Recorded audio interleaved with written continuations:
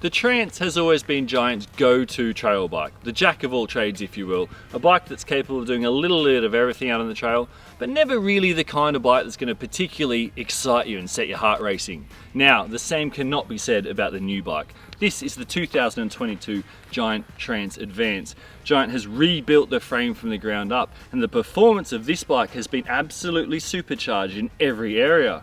Now, we were lucky enough to get our hands on this bike about a month before its official launch, and Blake's been riding it. So today we're going to run through a bit of first impressions, kind of get some of his observations on how it goes.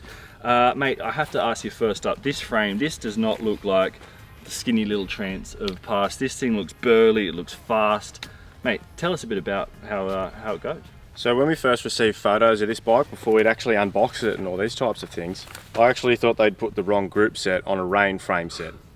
This thing's beefy. It's super stiff in the rear end. They've, like Jono said, they've rebuilt the frame from the ground up, and it does show in comparison to previous year models.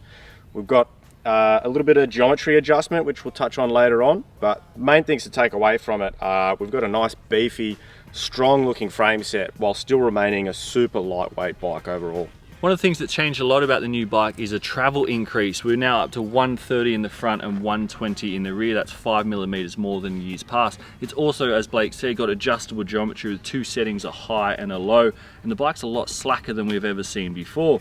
Blake, tell us a little bit about the Geo package and a little bit more about how the extra travel kind of enhances the trail. So naturally for this type of bike, we're going to look at 29er exclusive wheel sets. Not many people are really going for a 27.5 rear wheel or front.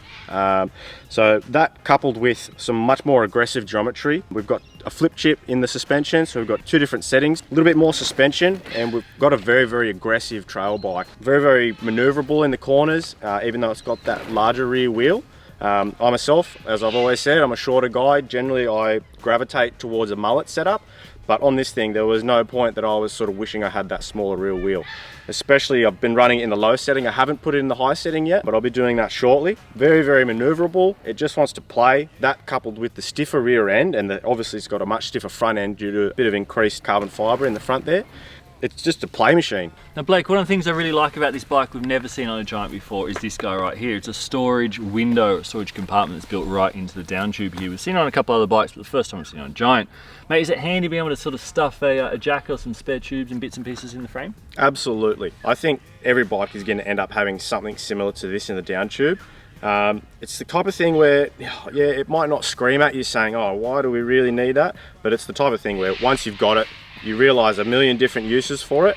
Another thing that I found out when we were sort of getting this bike put together and I was having a bit of a play around with it, dealing with internal cable routing and that type of things is so much easier when you've got that little bit of extra access.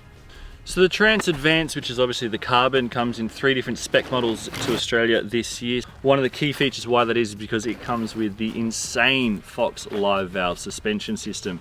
This thing is the pinnacle of Fox's suspension range. It's got all the bells and whistles, performances off the roof. Now, Blake, you've ridden Fox Live a little bit. Give us a bit of an overview of how it works and what you're kind of going to feel when you hit the trail for the first time with Fox Live. Absolutely. So this is my first experience with Fox Live Valve on this bike out on the trail. I've had a little bit of a play around in the car park and bounced around on a fire road before. But once you get it on the trail and you sort of get a bit of a grasp of what's going on and where it's sort of happening, as JT said, there's huge advancements to be made in your own riding and setting up your suspension. No longer are you restricted to having to reach down and, you know, pop a climb switch or something like that. The bike has its own brain and it reacts a lot faster than you ever will to certain things coming up on the trail. Obviously we've got a lot of different settings and there is a little bit of wrapping your head around some setup types of things.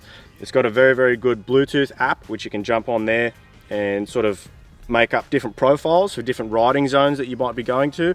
Obviously we've got a couple of buttons underneath here on the battery so you can adjust on the fly as well without having to pull your phone out of your pocket. But yeah, we're still wrapping our head around it. We're still learning every ride and sort of going to some extremes on settings, figuring out, okay, this bit here doesn't really work for me, but this setting here is dialed for this particular track, things like that.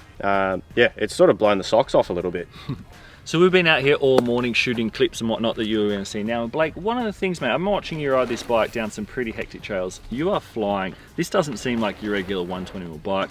It seems very playful, like you said before, but it also seems capable. So the first outing on this, I was quite mindful that it was a shorter travel bike. Obviously we've got full carbon construction in the frame, carbon fiber wheels. We were taking it pretty easy, wrapping our head around the Fox live valve.